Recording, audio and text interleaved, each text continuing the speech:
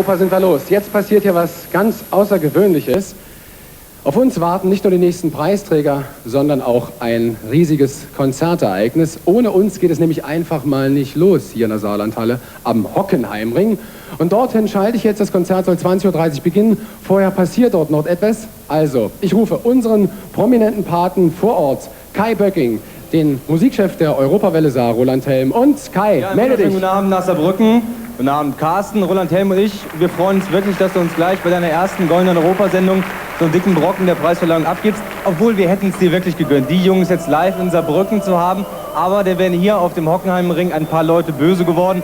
So rund 90.000 nämlich, die teilweise seit Stunden schon auf den Auftritt unserer Preisträger warten bei diesem Open-Air-Konzert. Und bevor die drei Jungs jetzt gleich auf die Bühne gehen, werden wir sie noch auszeichnen mit der Goldenen Europa. Und sie haben es wirklich verdient. Seit über 20 Jahren Trendsetter in der internationalen Popmusikszene, und wer das neue Album kennt oder ein Konzert von ihnen sieht, der weiß, die Jungs, die machen es nochmal 20 Jahre.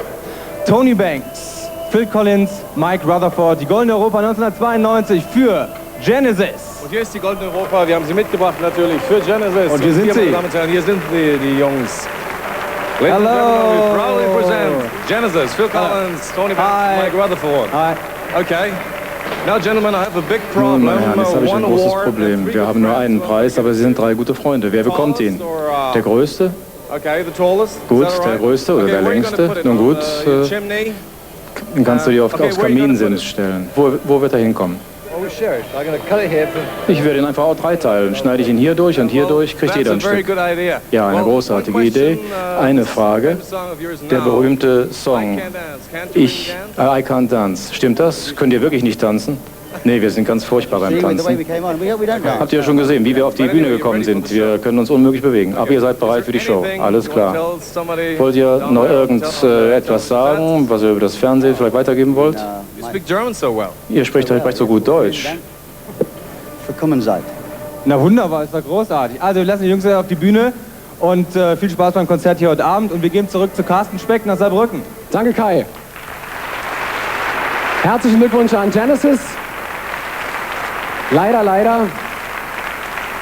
konnten wir heute Abend live nicht dabei sein, aber vor wenigen Tagen, da gab es einen Mitschnitt von uns bei einem Genesis-Konzert schon auf der diesjährigen Tournee für einen Titel. Welchen Titel? Na klar, den Titel I Can't Dance.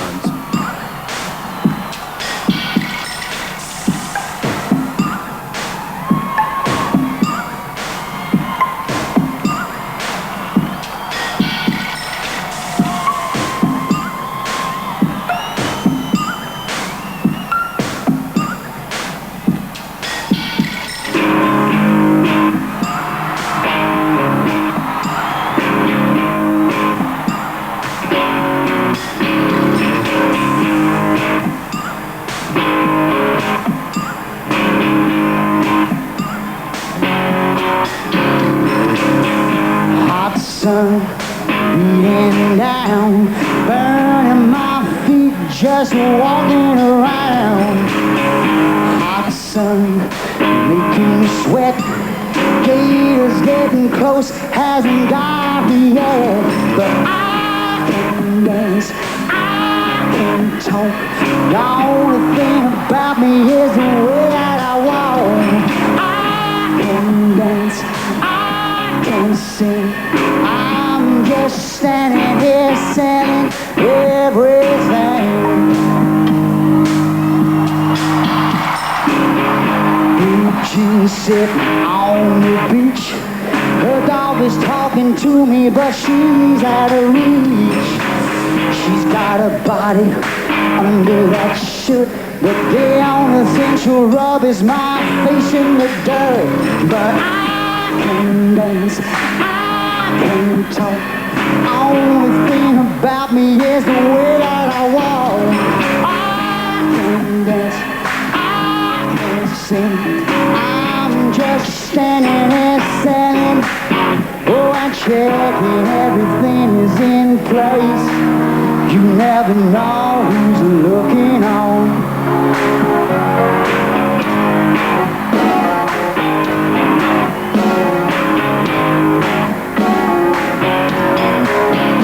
No, I can dance, I can can't talk. The only thing about me is the way that I walk. I can dance, I can sing. I'm just standing here selling everything.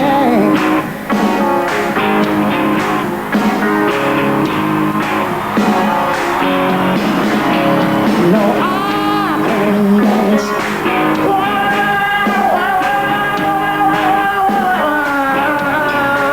I said I can talk.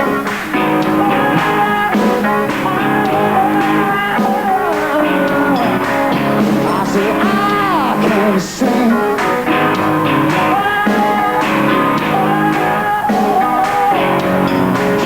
I know I can talk. I can sing. I can talk. I can walk. I said I can dance.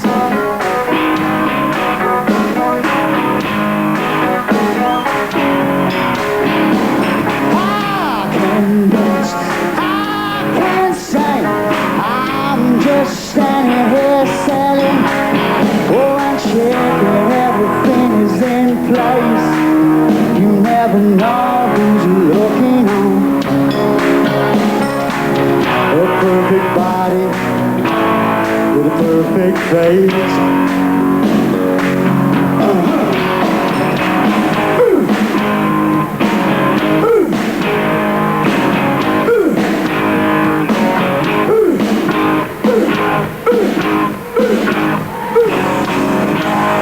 But I can't dance.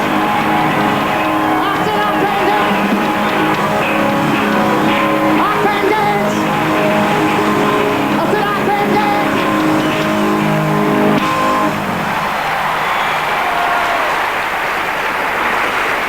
I Can Dance. Haben Sie die 3 Wanderprediger gesehen? Da sah noch einer, die können nicht tanzen. Die können viel erzählen. Die Veranstalter vorher versprachen. So herrschte dann fröhliche Stimmung auf dem Nordmark Sportfeld. In Ekstase geriet hier aber niemand. Und Beifallsstürme gab es auch nicht. Too many people making too many problems, and there's not much love to go around. Tell me why this is a land of confusion. Now this is the world we live in. These are the hands we give up.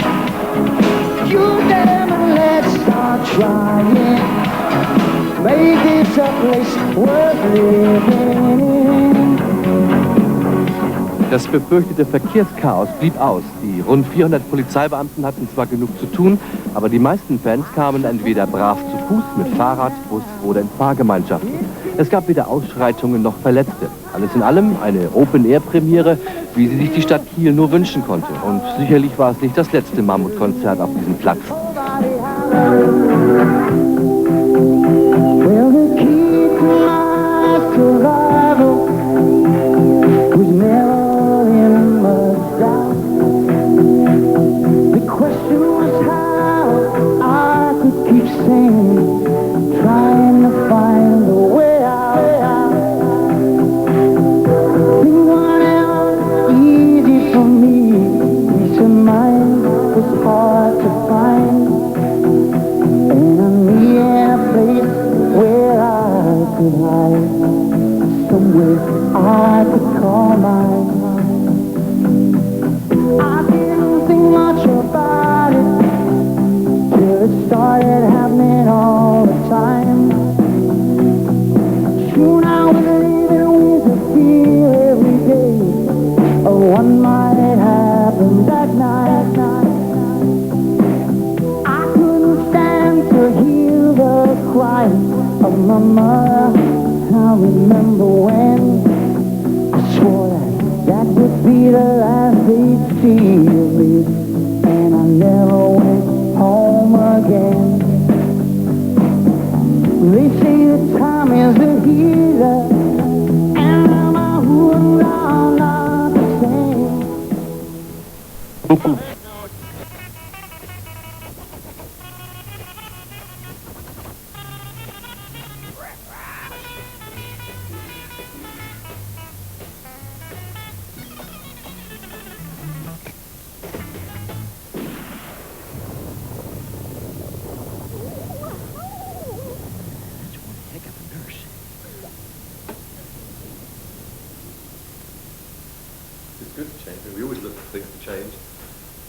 producer, we did 3 albums with Hugh Padgham, and they were, I mean, we all like Hugh's work a lot, but it's time for a new face, I think.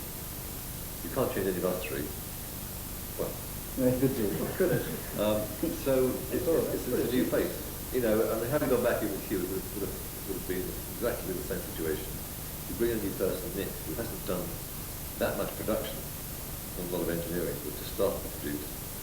And he was kind of nervous about it. It adds a certain excitement, which is not certain. It takes away some of that safety net, which is good, I think. You know, the way we kind of work with the producer is, I mean, a co-producer. Yeah, same with you, same with people before that, in a way.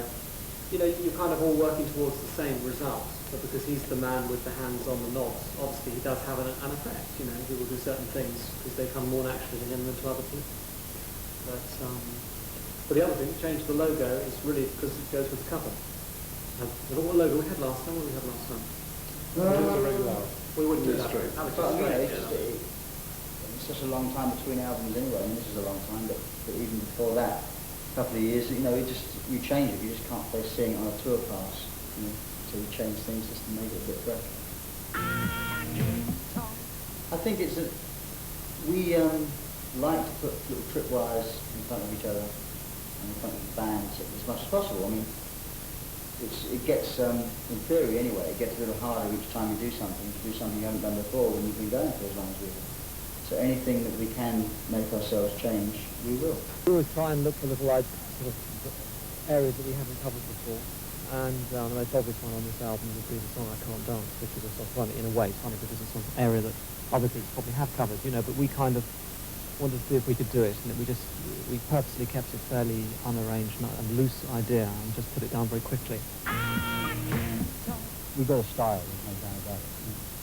There's a stamp, and within that area we try and move around as much as we possibly can because it makes it interesting for us as writers. But I think it's too late in the game to sort of say that we haven't got a style. And it's rather like that area that we work in or you don't really. I think if you're doing carry on sort of more than one career at the same time, which is kind of what we're doing, you need to spend the time away. And I think nowadays, you know, albums seem to have longer and longer lives as well. You know, and Invisible Touch was sort of a current album for at least a year, really. Where in the old days, you know, you put an album out and then after the first week it was sort of over, actually, you know. So the whole idea of Genesis now is to keep it, the stuff we write, improvise on the spot there. So it is, so it becomes something very different from what we do as individuals. I find actually once we've been in the room for about 2 or 3 days, it's a bit like you never stop doing it, you know what I mean? And it's the same thing when you're on the road. I find that as well. When I'm on the road, I feel like I've been doing this solidly for the last 20 years. You know, you sort of slip back into a different routine because I mean, there's so many bits of your life that don't necessarily interconnect. So that when you go into something that is completely different from everything else you've been doing, but it relates to some previous time, it's almost like it's continuous. It seemed to be an easier album to write than Invisible Touch. It seemed to be quite quick in the way things came together. But I'd say the way we did it was the same. But obviously, that's just a matter of the moon being in the correct house and how easy it is, isn't it, really? I don't know about these things. It's all that. On this album, there were half the lyrics, and normally on most songs he writes, when the song is actually first written, we have a drum machine, I'm playing guitar, playing keyboards, Phil's singing, and he often finds some phrases, some key phrases and melodies with some lyrics, and that gives him direction as to how the lyrics are going to go. And I think more so with Tony's lyrics were pretty much all from scratch, weren't they? Nothing. Well, yeah, sometimes you use a phrase, you know, I mean, if Phil's come up with a strong phrase during the writing, there might be something that you can hang a hook on. You know, when you're writing a lyric, sometimes, you know, you may sometimes have a very specific thing, I want to say something about that, but other times, you know, you just got a song that sounds a certain kind of way, and something will help you to write the lyric about a certain thing, and if there's a phrase that sounded good vocally when we've been improvising, then it's good to try and use it in the song, and in some way incorporate it, and that's many ways, a lot of the lyrics I think we write with all 3 of us, you know, if you've got that, it's a good starting point, and I certainly think that happened quite a few times in this album, in fact, with different songs.